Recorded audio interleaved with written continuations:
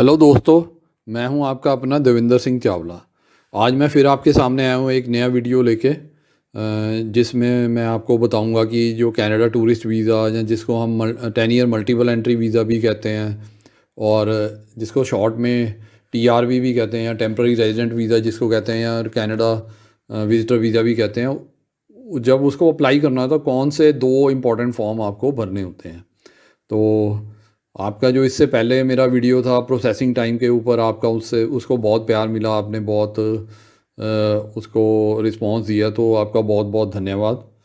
तो चलो हम नई वीडियो शुरू करते हैं। इसमें मैं आपको ये बताऊंगा कि जो कनाडा टूरिस्ट वीज़ा या TRV या विजिटर वीज़ा को जब आप अप्लाई करते हैं, दो कौन से मोस्ट इम्पॉर्टेंट फॉर्म आपने भरने होते हैं। तो इसलिए हम आ जाते हैं अपने लैपटॉप के स्क्रीन के ऊपर।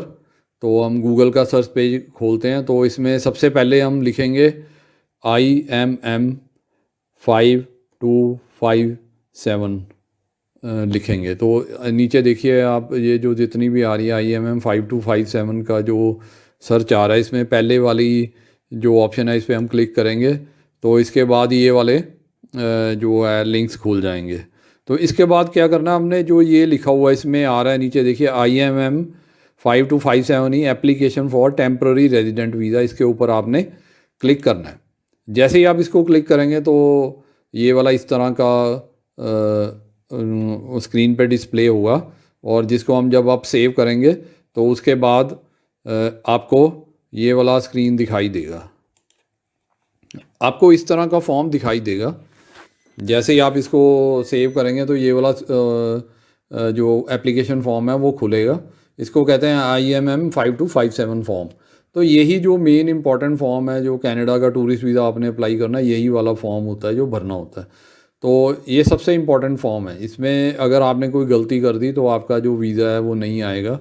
ये इस फॉर्म को आपने बहुत ध्यान से भरना है। ये 5 पेज का फॉर्म है। ये देखिए ऊपर लिखा हुआ पेज 105, और इस फॉर्म में 5 पेज होते हैं, 5 पेजेस होते हैं। तो इनको आपने बड़े ध्यान से भरना। हर एक जितने भी इसमें आप देख लीजिए ब्लैंक्स है, सारों में कुछ ना कुछ भरना होता है। आपने बड़े ध्यान से इसको बड़े पेशेंस से भरना है, बड़े तसल्ली से भरना है, कोई भी गलती नहीं करनी। अगर इसमें कोई गलती हो गई तो वो आपका वीज़ा उसमें रिजेक्ट हो सकता है, आपको आपके ऊपर बैन भी लग सकता है। तो इस पेज पे कुछ भी आपने झूठ नहीं बोलना, कुछ झूठ नहीं भरना, और जो भी चीज़ आपने भरनी है वो बिल्कुल उसके आपके पास प्रूफ होना चाहिए, और आपके पास उसका डॉक्यूमेंट्री प्रूफ होना चाहिए। आपके पास उसको सपोर्ट करने के लिए डॉक्यूमेंट होने चाहिए। तो जब भी अगर आप किसी भी एजेंट के पास भी जाते, वैसे तो आप ये खुद भी भर सकते हैं, पर अगर आप खुद नहीं भरना चाहते, अगर आप किसी एजेंट के पास जाते हैं तो जब वो फॉर्म आपका ये भर देगा, इसको आप अच्छे से पढ़िए। फॉर्म जैसे ही एजेंट आपका फॉर्म भरेगा, आपने उसको बोलना है कि आप मेरे को ये पहले पढ़ने के लिए दीजिए, और बाद में इसको अपलोड करना है आपने अपने अकाउंट में, तभी आप इसके ऊपर उसको अलाउ करिए। क्योंकि कई बार होता है कि आप कुछ बताते हैं तो एजेंट गलती से कुछ और भी भर देते हैं। तो इसको पहले आप अच्छे से पढ़िए, एक एक ब्लैंक को पढ़िए, एक एक वर्ड जो लिखा उसको पढ़िए। उसके बाद जब आपको पूरी तसल्ली हो जाए तभी इसको ऊपर साइन करके आप इसको अपलोड कीजिए। तो जब आप किसी भी एजेंट से इस फॉर्म को भरवाते हैं, तो जब आप वो फॉर्म को अपलोड कर देता है कनाडा गवर्नमेंट की वेबसाइट पे, उसके बाद आपने इसका एक फ़ोटो कॉपी अपने पास ज़रूर रखनी है। एक इसकी डुप्लीकेट कॉपी अपने पास ज़रूर संभाल के रखनी है। क्योंकि अगर तो वीज़ा मिल जाता है तो ठीक है, नहीं तो कई बार क्या होता है कि वीज़ा आपका रिजेक्ट हो जाता है। तो उसके बाद आपके पास कम से कम प्रूफ होना चाहिए, आपके पास एक कागज़ होना चाहिए जिस पे आपको पता हो कि मैंने इस पहले फॉर्म में क्या भरा था, तो उसके कारण क्या गलती हुई है मेरे से, तो उसको आप इम्प्रूव कर सकते हैं पुराना फॉर्म पढ़ के। तो आप किसी भी एजेंट से लगवाइए फॉर्म, इससे कोई फ़र्क नहीं पड़ता, पर आप इसकी कॉपी ज़रूर रखिए अपने पास। तो ये था पहला फॉर्म। अब हम चलते हैं फिर दोबारा वही गूगल की सर्च विंडो पे चलते हैं। अब हम फिर गूगल की वही सर्च विंडो पे आ गए हैं अपने लैपटॉप की स्क्रीन पे। आप देख सकते हैं कि मैंने गूगल की सर्च पेज खोला हुआ है। इसमें हमने अब दूसरा फॉर्म देखना है कि कौन सा हमने भरना होता है। इसमें जो दो इंपॉर्टेंट फॉर्म है, अभी एक फॉर्म तो मैंने आपको बता दिया, अब दूसरा फॉर्म आप देख लीजिए IMM5645। इसको फैमिली इंफॉर्मेशन फॉर्म भी कहते हैं, पर इसका जो नाम है, जो कनाडा गवर्नमेंट की ने जो इसका नाम रखा हुआ वो है IMM 5645 एप्लीकेशन फॉर्म। तो इसको फैमिली इन्फॉर्मेशन फॉर्म भी कहते हैं। आप इसको जैसे ही आप सर्च विंडो में डालेंगे तो आपके सामने ये लिंक ओपन होगा जिसमें लिखा आएगा, पहले नंबर पे ही आ रहा IMM 5645 फैमिली इन्फॉर्मेशन। तो आपने इस पर क्लिक कर देना, तो ये वाला आपके सामने एकदम ये वाला विंडो ओपन हो जाएगी। तो इसको आपने सेव कर लेना। जैसे ही आप सेव करेंगे उसको आप ओपन करेंगे तो आपके सामने ये वाला फॉर्म खुल जाएगा। तो आप ये देख सकते हैं कि इसके ऊपर लिखा हुआ family information, type of application, visitor, worker, student, others. तो आप इसमें अगर आपने विजिटर वीज़ा भरना है तो आपने विजिटर पे टिक कर देना है। अगर वर्क परमिट के लिए भरना तो वर्क परमिट के लिए टिक कर देना। अगर आपने स्टडी परमिट के लिए टिक करना फिल करना फॉर्म तो स्टूडेंट के ऊपर आपने टिक कर देना। अगर और कोई है जैसे PR है या कोई और फॉर्म आपने भरना है तो उस यहाँ अदर्स के ऊपर आपने टिक कर देना। तो ये फैमिली इन्फॉर्मेशन फॉर्म है। इसमें क्या है कि जो भी एप्लीकेंट है, जो भी वीज़ा के लिए फॉर्म भर रहा है, जिसने IMM 5257 फॉर्म भरा है, तो उसको ये फैमिली इन्फॉर्मेशन फॉर्म भी भरना पड़ता है। तो ये दोनों मोस्ट इंपॉर्टेंट फॉर्म है। जितने भी आप डॉक्यूमेंट सबमिट करते हैं एम्बेसी में, तो यही एप्लीकेशन फॉर्म्स के साथ आपको सबमिट करने हैं। तो ये फैमिली इन्फॉर्मेशन फॉर्म को हम IMM 5645 भी कहते हैं। आप इसको आप लिख लीजिए, आपको याद रहेगा। अगर आपने खुद भरना है तो खुद भी भर सकते हैं आप। अगर आप किसी एजेंट से भी भरवाते हैं तो वो भी भर देगा। इसमें आपका डेट ऑफ बर्थ देखो, यहाँ पे लिखा हुआ आपका date of birth, country of birth, आपका नाम, मैरिटल स्टेटस और रिलेशनशिप लिखना होता है आपने। एप्लीकेंट है इसमें, जैसे स्पाउस का है इसमें स्पाउस और कॉमन लॉ पार्टनर लिखा हुआ है। तो इसमें सारी इन्फॉर्मेशन आपकी फैमिली की होती है। आपका प्रेजेंट ऑक्यूपेशन, आपका एड्रेस, आपका स्पाउस का ऑक्यूपेशन एड्रेस और आपके मदर और फादर की इन्फॉर्मेशन भी इसमें ली जाती है। और इसके बाद आप नीचे आ जाइए तो आप देख सकते हैं कि सारे जितने आपके बच्चे हैं, जितने आपके 2 बच्चे हैं, 3 बच्चे हैं, 4 बच्चे हैं, उनका सबकी इन्फॉर्मेशन यहाँ पे ली जाती है।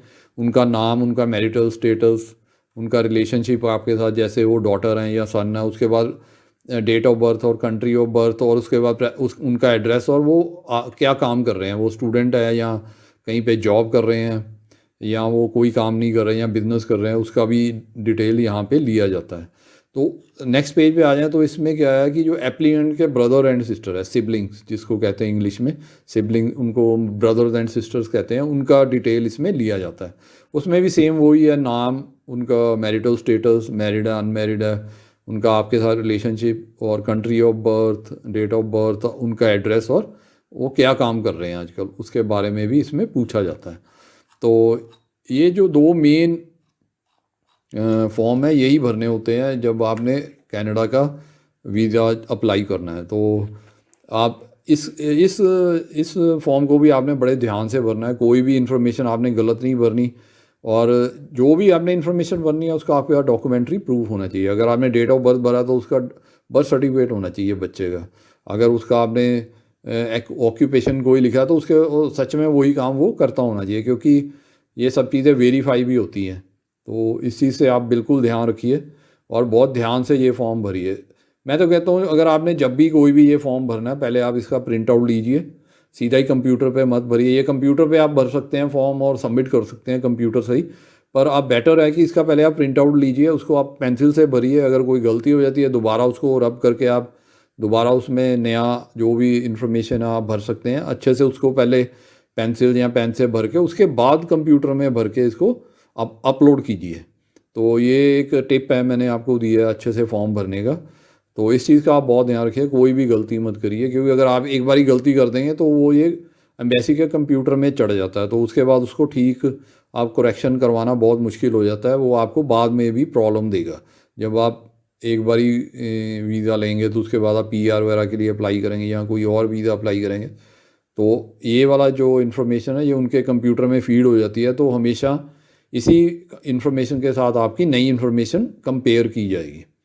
सो उम्मीद करता हूँ कि आपको जो मैंने बताना था इस वीडियो में आपको समझ आ गया होगा, आपके कुछ क्वेश्चंस का आंसर मिल गया होगा। और जो ये बात है, इस फॉर्म की भी आपने फ़ोटोकॉपी अपने पास रखनी है संभाल के, ताकि बाद में जब आपको ज़रूरत पड़े तो आप देख के इसमें चेक कर सकें कि मैंने कोई गलती तो नहीं की है और मैंने इसमें क्या क्या भरा था। तो यही था मेरा आज का वीडियो। इसमें मैंने आपको, उम्मीद करता हूँ कि मैंने आपको काफ़ी क्वेश्चंस का आंसर दिया होगा, आपको मेरा वीडियो पसंद आया होगा। अगर आपको मेरा वीडियो पसंद आया, आप इसको अपने फ्रेंड्स, फैमिली मेम्बर्स और रिलेटिव्स के साथ शेयर कीजिए।